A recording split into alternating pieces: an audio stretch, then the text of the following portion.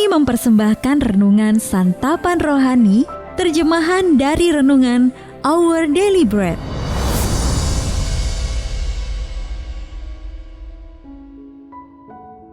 Untuk menerima notifikasi video baru kami, silakan tekan tombol subscribe dan tanda lonceng di bawah ini. Sahabat ODB, pembacaan Alkitab hari ini terambil dari Hakim-Hakim pasal yang ke-7, ayat yang ke-7 sampai dengan ayat yang ke-8, lalu dilanjutkan dengan ayat yang ke-16 sampai dengan ayat yang ke-22. Hakim-Hakim pasal yang ke-7, ayat yang ke-7 sampai dengan ayat yang ke-8, lalu dilanjutkan dengan ayat yang ke-16 sampai dengan ayat yang ke-22. Lalu berfirmanlah Tuhan kepada Gideon, dengan ke-300 orang yang menghirup itu, akan kuselamatkan kamu. Aku akan menyerahkan orang Midian ke dalam tanganmu.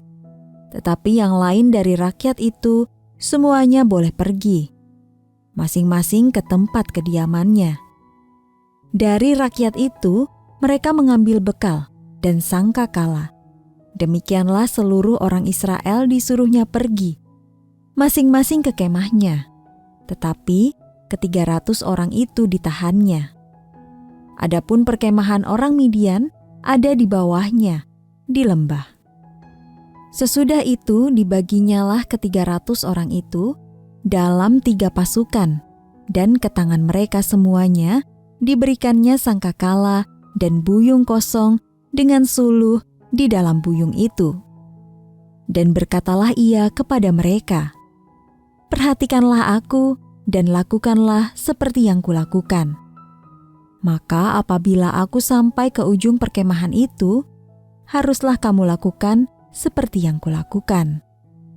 Apabila aku dan semua orang yang bersama dengan aku meniup sangkakala, maka haruslah kamu juga meniup sangkakala sekeliling seluruh perkemahan itu dan berseru, 'Demi Tuhan dan demi Gideon.' Lalu Gideon dan ke-100 orang yang bersama-sama dengan dia sampai ke ujung perkemahan itu pada waktu permulaan giliran jaga tengah malam, ketika penjaga-penjaga baru saja ditempatkan.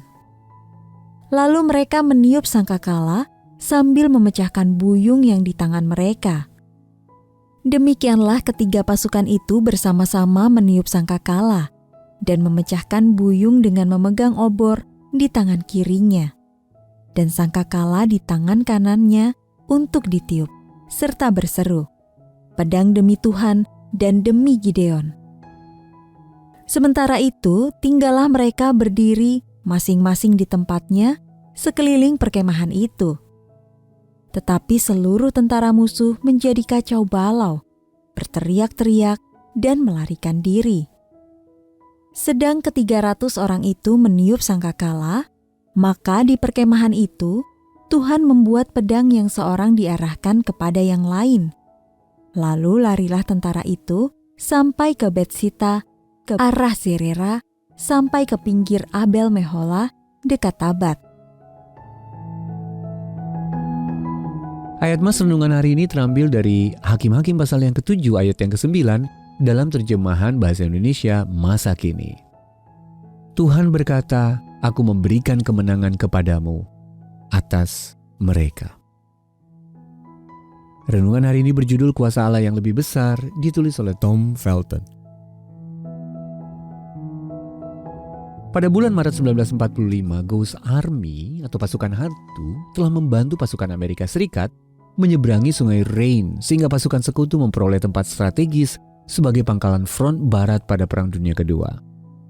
Para tentara pasukan hantu itu adalah manusia sungguhan, bukan makhluk halus, dan merupakan bagian dari pasukan khusus Markas Besar ke-23.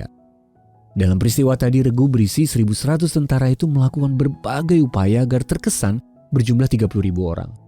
Dengan menggunakan balon, tank-tank tiruan, efek suara ledakan dan bunyi kendaraan yang dikumandangkan melalui pelantang dan masih banyak lagi. Dengan begitu, pasukan hantu yang jumlahnya sedikit berhasil menggetarkan musuh yang mengira kekuatan mereka jauh lebih besar daripada yang sebenarnya. Bangsa Midian dan sekutu mereka juga gemetar berhadapan dengan pasukan kecil yang seolah-olah berkekuatan besar di tengah malam. Hakim-Hakim pasal yang ke-7 ayat yang ke-8 sampai 22. Gideon, hakim dan pemimpin pasukan Israel dipakai Allah untuk menakut-nakuti musuh dengan pasukannya yang kecil. Mereka juga memakai efek suara, sangkakala yang ditiup, buyung kosong yang dihancurkan, suara manusia dan benda-benda yang terlihat seperti suluh yang berkobar untuk membuat musuh yang berjumlah besar itu, yang seperti belalang banyaknya, mengira bahwa mereka sedang menghadapi musuh yang luar biasa banyak.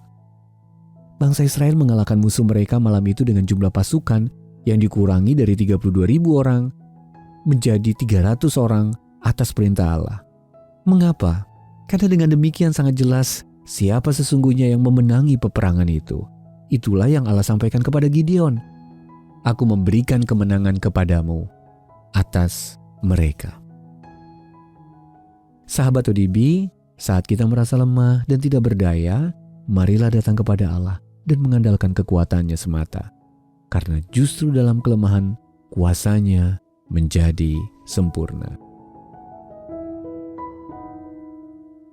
Sahabat ODB, musuh atau tantangan besar apa saja yang sedang Anda hadapi saat ini? Lalu bagaimana Anda dapat mengandalkan kekuatan Allah di saat menghadapi masalah itu?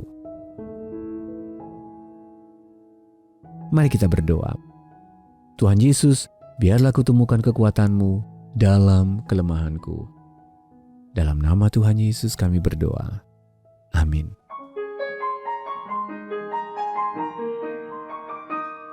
Terpujilah